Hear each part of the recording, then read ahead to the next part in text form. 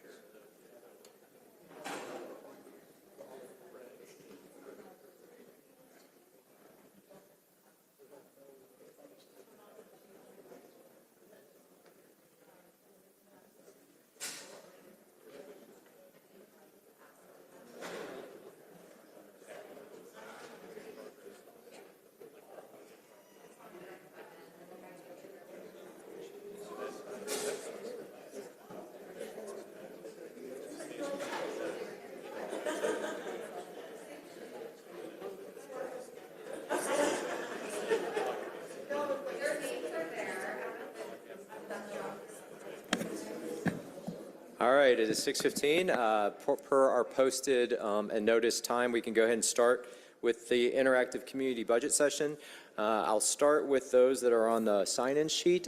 You have 2 minutes to speak. You'll see the clock winding down backwards as it approaches 0. I ask that you bring your comments to a close. If there is a question or a specific question about the budget in your comments, we will stop and have the appropriate staff from the administration answer the question. All right, first up is Rebecca Cerna.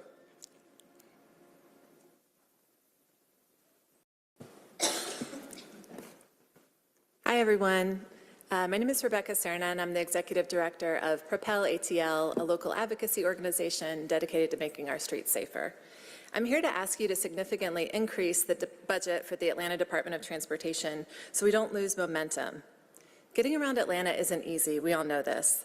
That's why we as residents, workers, students, families support more safe and sustainable transportation options. As voters, we showed the importance we place on transportation by funding the $460 million Moving Atlanta Forward infrastructure funding package. And as a city, we showed the importance of transportation by creating the Atlanta Department of Transportation. And since the department's inception in 2019, its operating budget has increased each year up until now. Despite our many transportation issues, the proposed budget would reduce the ATL DOT's operating funds by 12%. Yes, Moving Atlanta Forward provides the capital funding to build projects that will make street transportation safer, but the department needs the operating funds to hire staff, maintain streets, sidewalks, and bike lanes, and purchase equipment and supplies. And ATL DOT needs to allocate resources to implement Vision Zero, the goal of eliminating traffic fatalities and serious injuries. Despite our city's Vision Zero effort, fatal crashes have increased 67% over the last 5 years. And those most exposed to risk continue to be people walking, biking, and using wheelchairs, especially Black Atlantans. Based on data from the National Association of City Transportation Officials, comparable cities have a median transportation budget of $164 million. It's impossible to bridge this gap in just 1 year, so we've called for a $75 million transportation department operating budget. The city's overall $790 million general fund is the largest in its history. We've said we value better transportation options. Let's show it again with this budget. Thank you, Ms. Cerna. Next up, I believe it's Dejan Tabat. I hope I did not slaughter that too badly. No problem. Hello, council members. My name is Dejan Tebow. I'm a downtown resident, a few blocks from here, and also on the Atlanta Downtown Neighborhood Association Board as the Transportation Committee Chair. And I'm also arguing to have an increase in the ATL DOT budget. We've seen some projects around downtown, especially the MLK cycle track, Central Ave cycle track, and all the the road improvements around here, City Hall, and we want to see that continue and having the budget to maintain that. So things like DeKalb Avenue finally getting started are things that all Atlantas can get behind. So making sure that we don't lose momentum on these types of projects and do the ones that have been shuttled for a while. So things like two-way Baker Street, shared Peachtree, and more, just to make our streets and spaces safer for all Atlantis, not just those that are driving, but biking, walking, scootering, anything in that space. Also thinking things like the streetcar extension and sidewalk repairs. There's plenty of sidewalks, even in downtown, that are under disrepair, and we want to see that those things are done in a timely manner and at the best possible level. Thank you. All right, thank you, Mr. Tebow. Next up is Allison Kaufman.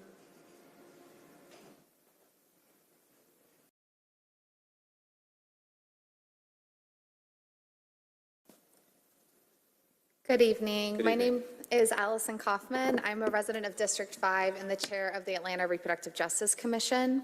I'm here tonight to ask that the City Council continue to support Atlantans to access abortion care by renewing and growing your funding to Access Reproductive Care Southeast, which is Georgia's only abortion fund.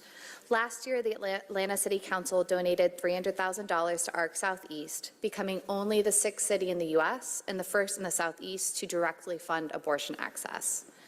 Because of generous funding like this, ARC has been able to increase its monthly funding of callers to $100,000.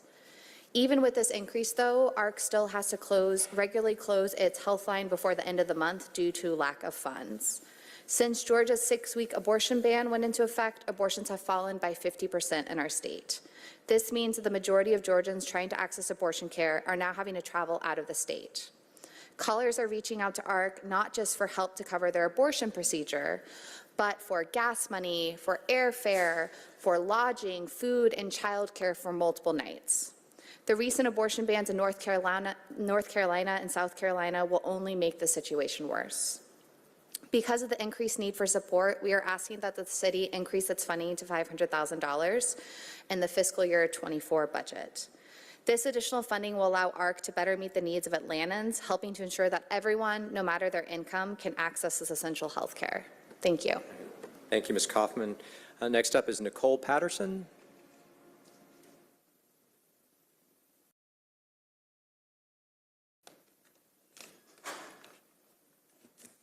Hello? Hello. Oh, hi. Just checking the mic. So I'm here with Amplify and with the Atlanta DSA in support as well of increasing ARC funding, so the ARC Southeast. We'd like to ask you to allocate at least $500,000 to fund ARC Southeast. And then I also had some personal thoughts about why one might want to fund abortion access in the state of Georgia. According to the Donahue and Levitt 2019 retrospective, there's a link between the reduction of crime and abortion, and they estimate that crime fell roughly 20% between 1997 and 2014 due to legalized abortion. This, they expect, is due largely to a dramatic decrease in unwanted births and higher quality of life for all concerned. Personally, I think funding abortion is a lot cheaper and more practical than giving $67 million to a police facility that raises a forest during a climate crisis. So through canvassing efforts with the Atlanta DSA chapter and Amplify Georgia, I've talked with over 100 folks about abortion rights. Generally speaking, most people get it. They want us to pass a Reproductive Freedom Act, and they want it yesterday. Unfortunately, it seems like that's not going to be happening anytime soon. So allocating this money to fund ARC would be really amazing. Many of my friends have young or teenage daughters here in Atlanta, and I worry for them. The incidence of rape is high in this country, reportedly 1 in 6, though most likely higher due to lack of reporting. The burden of proof is also high, and the criminal justice system is re-traumatizing for survivors. So if you have this terrible thing happen to you, okay, goodbye. Anyway, please allocate $500,000 to fund ARC. All right. Thank you, Ms. Patterson. Next up is Chris Reed, followed by Olivia Harrison.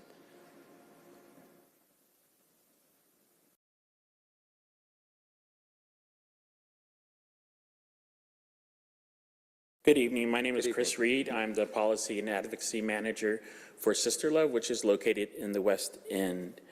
Sister Love is a reproductive justice organization that works within the lens of both abortion, HIV and AIDS, breast cancer, and much, much more.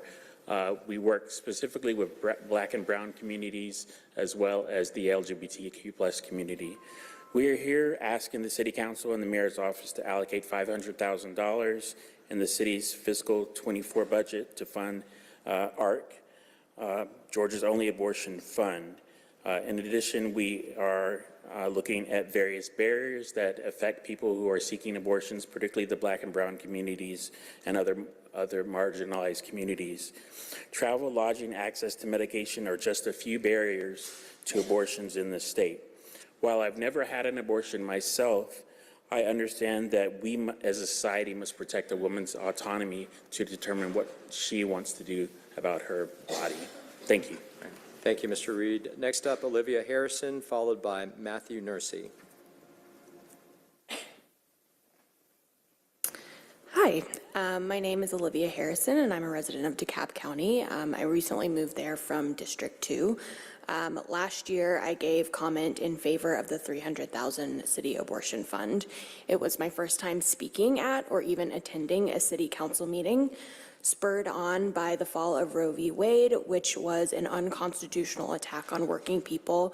I have become involved in local organizing around this issue. Over the last year, I've spent countless hours canvassing and phone banking and speaking to members of the community, and I've seen that Georgia's medically unnecessary abortion bans inflict the most harm on already marginalized groups, most especially low-income people of color. I've seen firsthand how much this abortion fund is needed. Since I made my plea last year, nothing has changed in Georgia. Working people in Atlanta and across the Southeast are still struggling to access reproductive care, and therefore a one-time donation of $300,000 to ARC Southeast is simply not enough. Our city officials must double the amount of money it sets aside for the abortion fund and make it a recurring annual budget item. Over $235 million went towards policing last year, making it the largest single portion of the Atlanta city budget. And last night, after over 15 hours of public comments, imploring you to vote no on spending many millions of taxpayer dollars on police training facilities that our community does not want and does not need, you did it anyway. Now, the least you can do for our community is give us a small fraction of that money to something that's a worthy cause that will help save our lives instead of end them. Please vote to increase funding to ARC Southeast to at least $500,000. Thank you, Ms. Harrison. Next up, Matthew Nursey, followed by Michael Halicki. Hello, I am Matthew Nursey. I live in District 5 in Kirkwood, and there I advocate for public health and a reimagining of public safety. But today I'm here as a member of Atlanta DSA in support of Amplify. I was here yesterday too, so I'm a little tired emotionally, physically, so I didn't have anything really prepared today, so I'm going to go a little off the cuff. Living in Georgia right now, it's really tough. We're being attacked. Our rights are being revoked, and mostly, I know council's nonpartisan, but mostly Democratic city council, I would hope, would be our last line of defense here in the city of Atlanta. And as a working person, I can't have an abortion myself, but I do feel for the people who make that decision based on what's going on in their life at the time. And, some people struggle financially. And if we're going to be taking crime seriously, we got to look at the root causes. And I think expanding the abortion fund to $500,000, like has been requested, and maybe making that a recurring item annually, I think that would be of great benefit and would help to do a lot of healing from maybe what we saw yesterday, possibly take a good first step in trying to address public health and public safety in an appropriate manner And I thank you two for being here after the long day. And again, our rights are being revoked, and we just want a little defense and help. Thank you. Yeah. Thank you, Mr. Nursey. Next up, Michael Halicki, followed by Eric Phillips. Good evening. Good evening. So Michael Halicki, Executive Director for Park Pride, and I will share that Park Pride's a locally based nonprofit, been around for 34 years. Our mission is to engage communities to activate the power of parks. And I'm here to talk about park maintenance, a topic that isn't always front and center. It's unlikely to make front page news. Yet, that being said, adequate park maintenance is one of the things that's critical to making Atlanta a great place to live. And further, funding for park maintenance is a citywide issue that affects every single neighborhood in every single council district within the city. We believe that everyone should have access to a park near where they live that's safe, that's clean, that's well maintained. And I'm here to express my support for the proposed increase in the parks budget, 6.5%. We heard from the Parks Commissioner earlier today about that increase, $2.8 million, with $1.8 million going to staffing needs for the department. Secondly, we've been looking at the legislation that was alluded to that's making its way through City Council to increase the Park Improvement Fund from a $500,000 to a full $1 with 40% of those dollars being dedicated to park maintenance. This is a historic action because I find that my experience coming to this body over the past 10 years, it's a little bit like Bill Murray and Groundhog Day. I come and talk about the need for more money for maintenance, and there's only so much money to go around. So I do feel like we're going to need to continue to build park maintenance dollars to the general fund, but having a dedicated source allows us to move from a level that has been inadequate to a level that actually meets the needs of the communities that we serve. So thank you, and thank you for having me here today. Thank you, Mr. Halicki. Next up is Eric Phillips.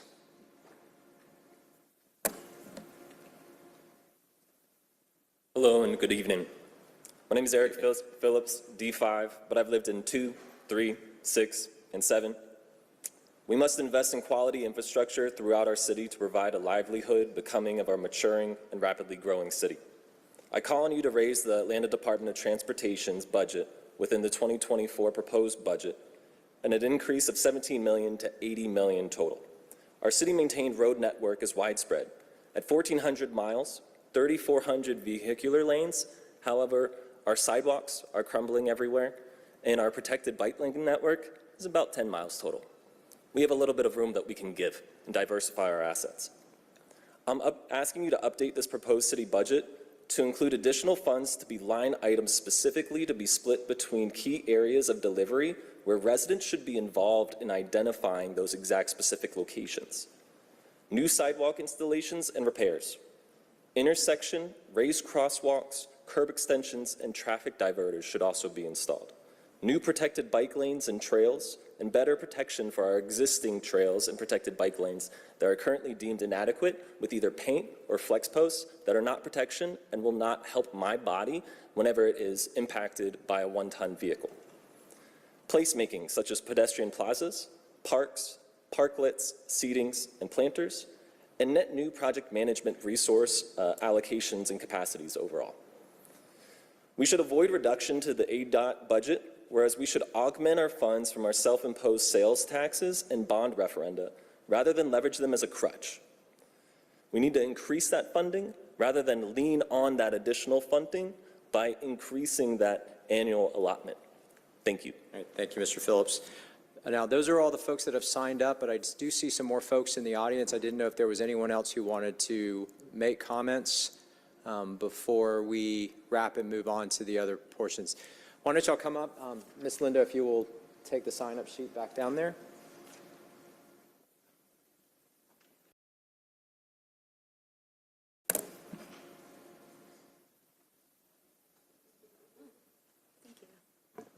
Good evening. Good evening. I stand before you today with a concern for our community's reproductive justice, particularly in light of restrictive legislation and the increased financial burden of assessing safe abortion care. In these challenging times, ARC Southeast, our state's only abortion fund, has proven itself to be an indispensable resource. When members of our community reach out for help, they are met not only with essential services, but also with softness, grace, and kindness. This kind of empathetic support is invaluable and sets a high standard for how we should treat each other during difficult times.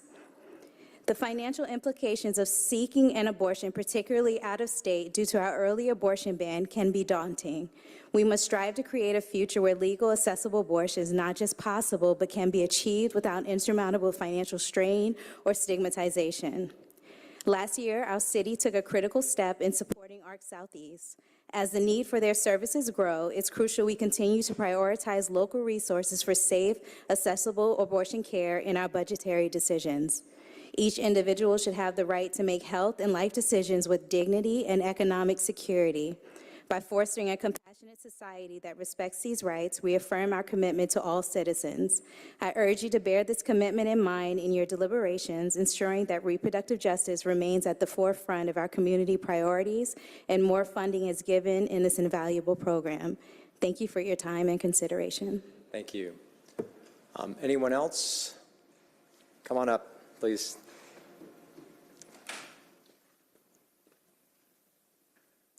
Hi, my name is Amber Fritsch, and I live in the city of Atlanta, and I am here with Amplify Georgia to support Atlanta's abortion fund, including increasing this to the $500,000 and making this an annual item in the budget.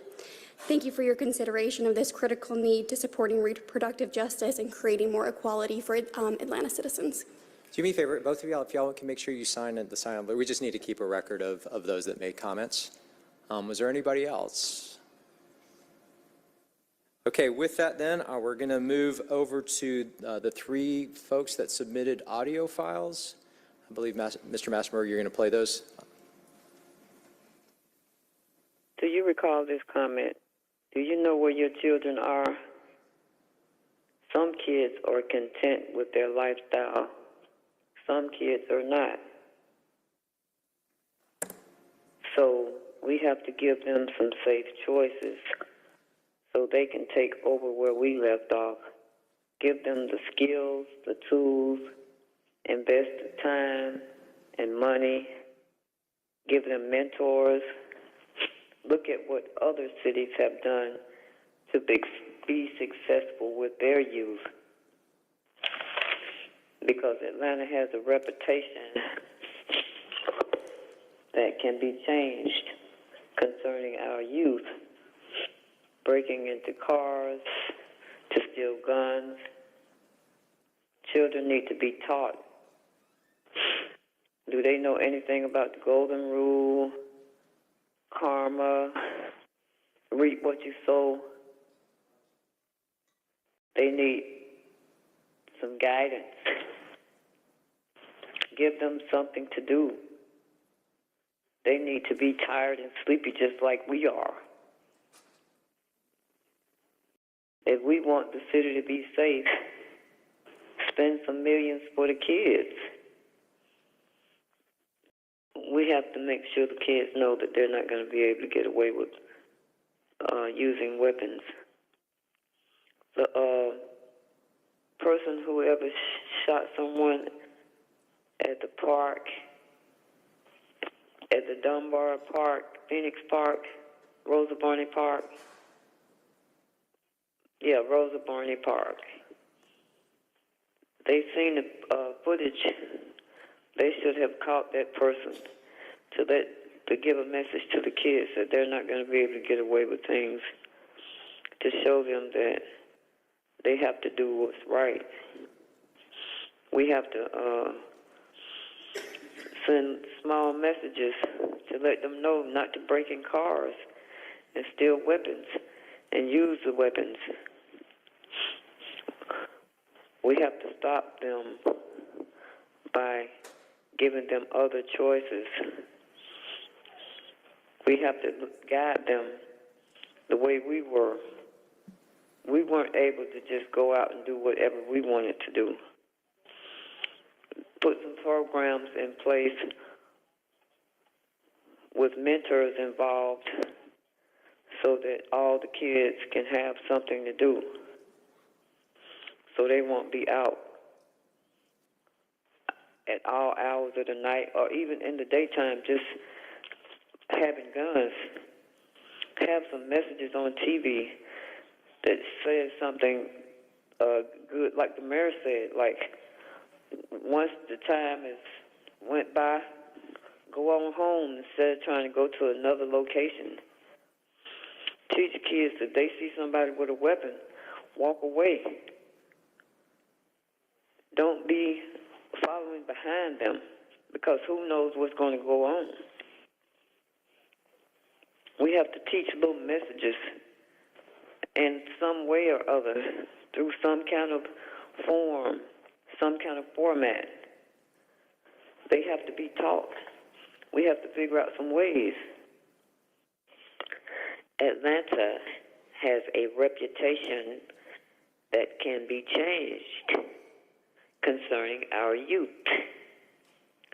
Breaking car windows to steal guns. Children need to be taught things like the golden rule, karma, and reap what you sow. Give them something to do. They need to be tired and sleepy just like we are.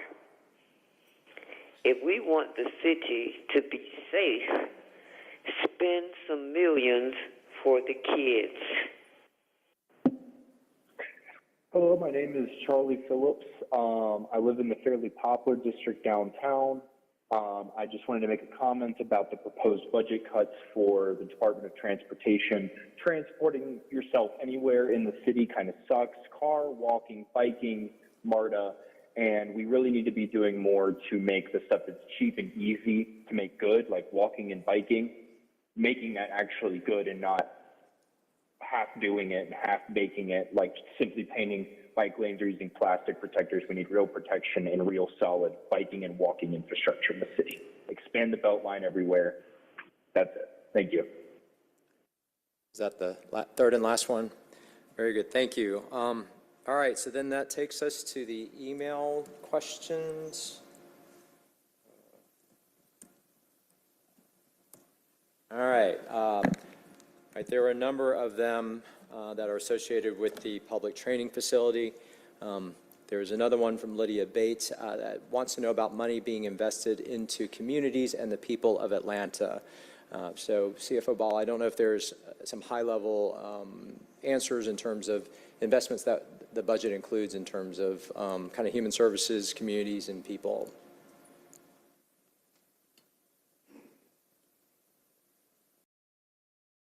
Sure. There is significant investments in people in this budget. There is a proposed 2.5% cost of living adjustments for all city employees. There is also allocations for affordable housing in this budget. And there's also significant investments in summer youth employment opportunities as well. Thank you. Next one, we have Chris Ferguson. The city needs many more public restrooms like Piedmont Park and Woodruff Park. These bathrooms are great for all, from the unhoused to tourists to those of us who like to explore the city. There are many areas where there is no public park bathroom or public building bathroom available, particularly early morning or late night. Please add at least 2 new public bathrooms to the budget for the next fiscal year, though ideally would be 1 per council district. Please fully fund the Affordable Housing Trust Fund to $11 to $12 million. These funds are such a small percentage of the overall budget, but will signal a true commitment to affordable housing in Atlanta. And then CFO Bala mentioned that there is funds being allocated towards the Affordable Housing Trust Fund. All right, Patrick King has an email. I'm not going to repeat it, but it is about the Atlanta Department of Transportation budget cut. A couple more about the the Public Safety Training Center. Nathaniel Horadam, ATL budget needs to be increased, not decreased. to staff in-house project managers and planners. Inflationary pressures are going to blow up the T-SPLOST budget if we don't control costs on these functions. And then Eric Phillips, who I think was here today as well, sent one as well regarding the Atlanta Department of Transportation budget and asked for new sidewalk installations. It's the same thing. It's at intersection, raised crosswalks, new protected bike lanes, placemaking, and project management resources. All right. Are those all the, I'm assuming those are all the email ones, if they're the ones on my screen? Okay. And then social media, there are no social media questions. So with that, that exhausts all the questions that we have for this budget hearing. I will add a little bit of commentary here for those that showed up. I know that Councilmember Bakhtiari is exploring an amendment for the reproductive justice amendment. I think she's got some good support on that, so just stay tuned. We will be debating and deliberating that on Wednesday the 20th. There's also conversations among council members regarding the Department of Transportation budget. If you watch the department hearing, we spent a lot of time challenging the cut, understanding why, and well, we'll see if we can get some of those funds, if not all of them, restored. And then the parks, we had the budget hearing today where we, I think there's full support for the increase, but then also just interest in making sure that there is appropriate maintenance and capital funds available going forward, including the millage rate increase that you heard. I'm trying to remember if there was anything else that y'all brought up. I think that was it. All right, so thank you. The next step for us, we're going to be deliberating all the amendments to the budget next Wednesday at 1:30 at Finance Executive Committee, and then we're hoping to work through all of those and then send a proposed budget or recommended budget to full council on June 20th, which is the Tuesday after Juneteenth, for adoption. So please continue to stay engaged. Email your council member to continue advocating for these, but we've recorded these for the purpose of the budget for 2024. With that, Ms. Lindo, I think that concludes everything. We stand adjourned for the evening. Thank you for participating today.